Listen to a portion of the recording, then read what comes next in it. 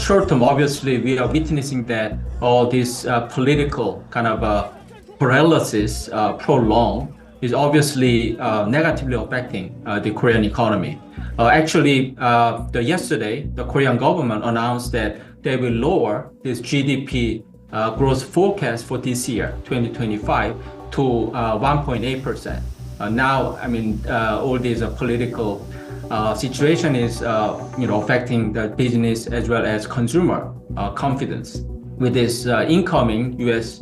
New administration, if this President Trump follow through on many of these radical, tariff measures that he promised, then I think it will obviously have a big impact on this, this trading nation like Korea. South Korea will be happy to have seen the back of 2024. The final weeks of the year were truly awful. President Yoon Suk Yeol declared martial law, quickly undeclared it, was impeached, and now faces an unprecedented arrest warrant. Then the nation suffered its worst local aviation disaster in more than 2 decades, killing over 181 people and prompting concern about the safety of Korean skies. Not much comfort looking forward either. As well as dysfunctional political life and the impact of an appalling aviation tragedy, President-elect Donald Trump is widely expected to bring in tariffs that would impact on South Korea's export-reliant economy. Han-koo Yeo is a former Korean trade minister and is now a senior fellow at the Peterson Institute for International Economics. Asia's 4th biggest economy is forecast to grow by 2% in 2025, slightly below the 2.2% growth in 2024, as domestic demand weakness gradually eases, but export growth moderates. Why has South Korean economic growth been struggling? Thanks for having me. I think we have to look at the 2 layers, short-term as well as long-term. The first, short-term, obviously, we are witnessing that all this political kind of paralysis prolonged is obviously negatively affecting the Korean economy. Yesterday, the Korean government announced that they will lower this GDP growth forecast for this year, 2025, to 1.8%. All these political situation is, affecting the business as well as consumer confidence. And then when we look at, and also, the Korean economy is highly export-oriented economy. Korea's trade to GDP ratio is about, 80-90%, similar to that of Germany. And then now, as you mentioned, with this incoming U.S. New administration, if this President Trump follow through on many of these radical, tariff measures that he promised, then I think it will obviously have a big impact on this, this trading nation like Korea. So now, in terms of this internal as well as external, circumstances that Korean economy is facing, it's not really a good news. And if you look at the kind of long term, I think this competitiveness issue, we have to look at this competitiveness issue. Korean, population is shrinking. It's actually the lowest fertility rate of 0.72. And then, Korea has a strong manufacturing base, but, it has kind of concentrated on a very small number of, sectors. For example, this year's export was, largest ever.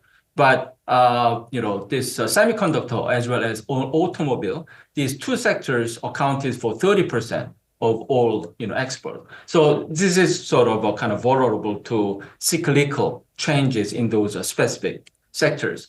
And also, obviously, the Chinese oversupply and the chip export surge, that is also affecting this Korean industries.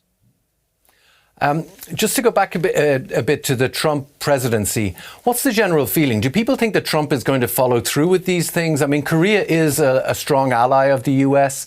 It could threaten ties. What are you hearing from people moving in these circles about whether Trump is going to introduce these things?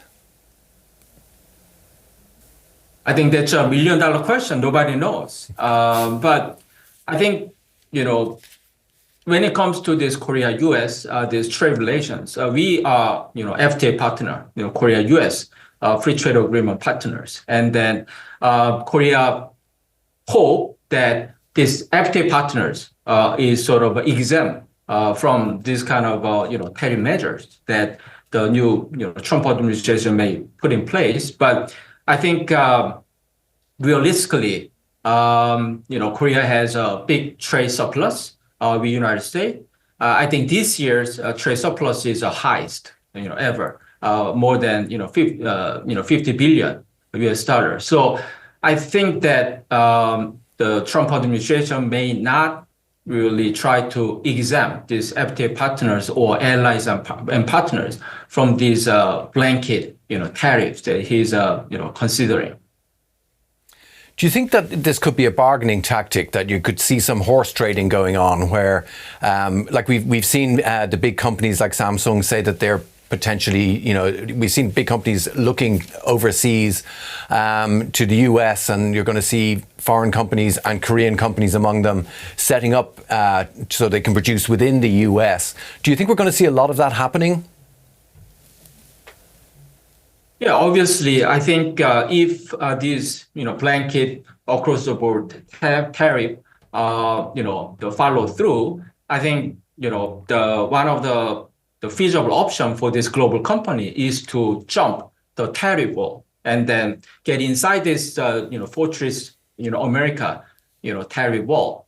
So I think it's a, realistic option for many of these global companies. And in fact, the Korean companies for the last 4 years have heavily invested in the US, especially in semiconductor, EV batteries. And I think almost amounting, the $100 billion. And last year, the Korean investment into the US was number one among all these, global companies. So yes, I think many global companies may consider investing in the US to avoid this, tariff. Do you think that this could feed into supply chain issues? I mean, could it have an impact on production in South Korea? That means that because 60% of chips are manufactured, of semiconductor chips, memory semiconductor chips are manufactured in South Korea. Could it have an impact on supply chains, or are we largely secure against that now? Yeah, obviously it will, impact this global supply chain, in semiconductor, automobiles and, many these key industrial sectors.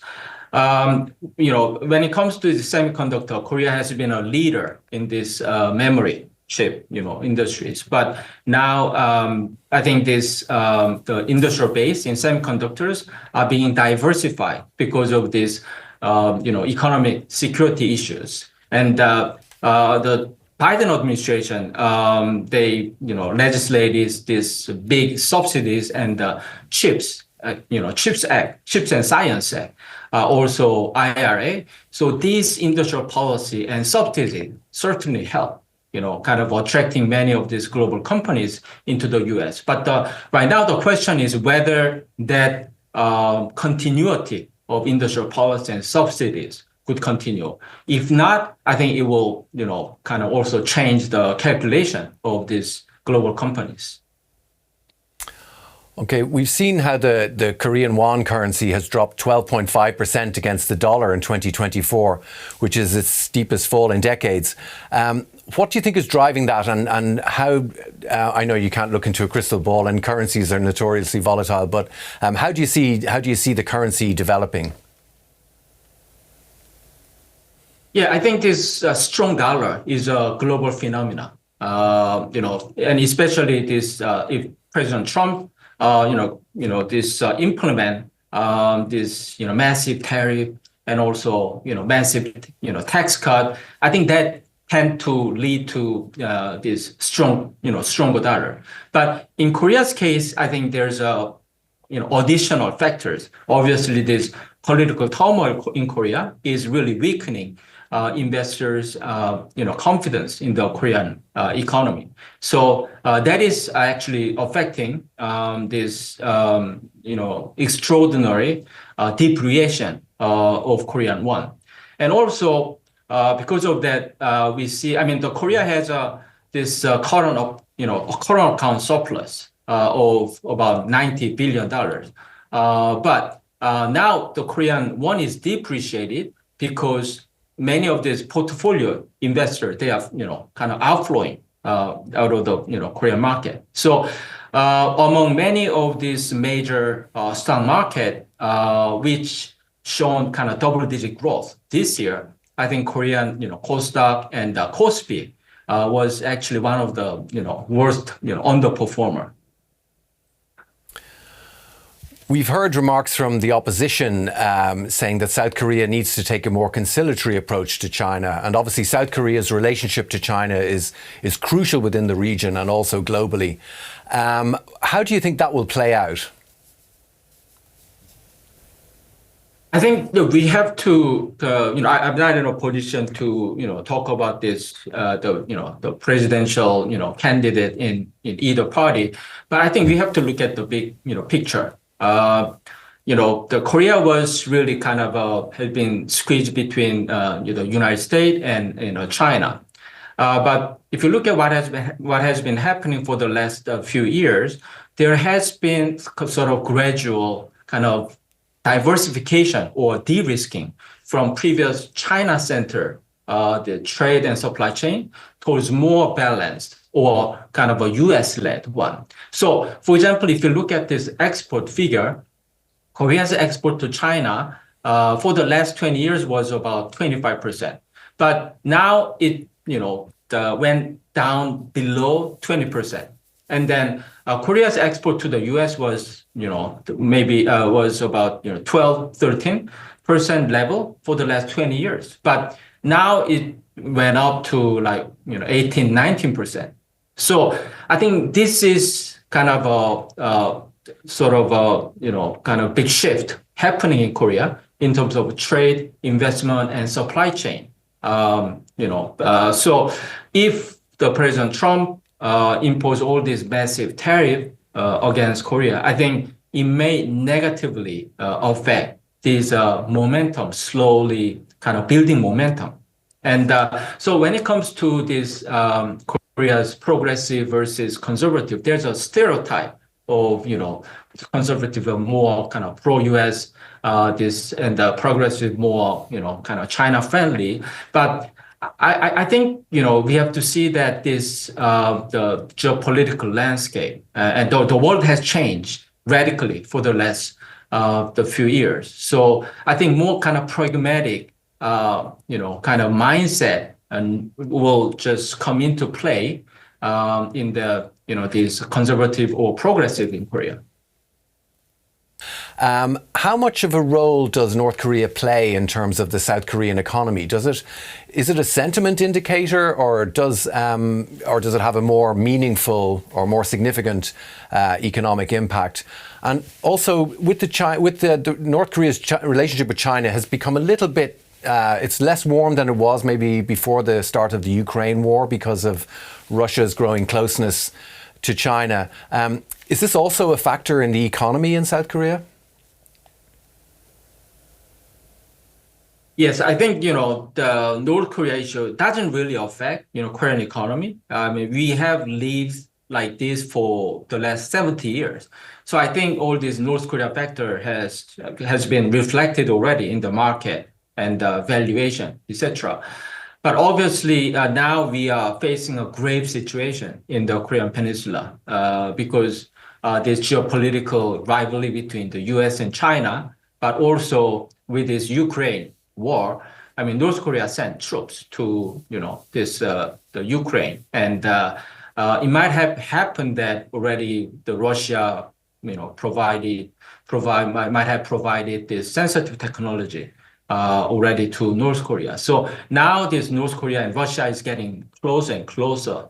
I mean, militarily, diplomatically, as well as economically. So as you said, the China's influence on North Korea has sort of, diluted because of the changing dynamics in the region. But still, I mean, and also another factor is that, President Trump, I mean, he has a very, kind of this good memory of this Kim Jong-un. And then we don't know, I mean, if he's going to try to re-engage with, North Korean Kim Jong-un. And especially during this the political, the vacuum in Korea. If the United States try to, have direct disengagement and with North Korea, and then try to have some sort of deal with Kim Jong-un directly, bypassing, South Korea, I think that it will be really big problem. Another challenge facing the economy is something you mentioned briefly earlier. Maybe we could expand on it. What sort of role is the low birth rate playing in the broader South Korean economy? I think, Korean population is, 50 million people. Not that big, but not that small either. But this is kind of shrinking. And also, this aging society is really accelerating right now. I think there was a couple of days ago kind of a new statistic that maybe more than 20% of Korean population is over 60 years old. So I think Korea is fastly aging. So that leads to kind of a labor productivity, which is sort of a weak point in the Korean economy. So I think somehow we need to turn this around to bring in more kind of women to this economic labor participation, and also with this the AI and the integration of all these IT tools, we need to kind of enhance this labor productivity. That's the one of the way the Korean economies can kind of enhance this potential growth rate. Otherwise, I think we may just go down the path. And you were Minister for Trade under then President Moon Jae-in, and you were responsible for negotiating in free trade agreements. What do you think is the outlook for international trade in this year now, 2025? And do you see any reasons for optimism going forward? Yeah, I think overall, this global trading environment is facing big challenges. WTO is not really functioning well, and this America First policy is really negatively affecting this rule-based and also multilateral trading order. But I think there's an optimism that we can find. Which is that it's not really deglobalization, but it's a re-globalization. If you look at what has happened, for the last few years, despite this uncertainty and unpredictability in the global trading system, there has been, some of the countries in global South making use of these challenges and turning that into opportunities. For example, this Malaysia, Indonesia, Vietnam, in Asia. Those are the countries which really benefited from this, diversification of industrial base from China into the third country, so-called China Plus One strategy. So I think what is important now is the role of so-called third nation, excluding US and China. Obviously, it's not likely that the US or China just play a more active leadership role and filling in the vacuum in the global leadership, especially international trade and economic policy making. So I think the rest of like-minded countries like European Union, Korea, Japan, Australia, Canada, Mexico, these third nation or middle power countries need to step up and then coordinate better among themselves, and then continue to advance this kind of key challenges that we are facing: climate change, supply chain resilience, this technology, etc. So the challenges ahead for the third country nations. Han-koo Yeo, thank you very much. Thanks for having me.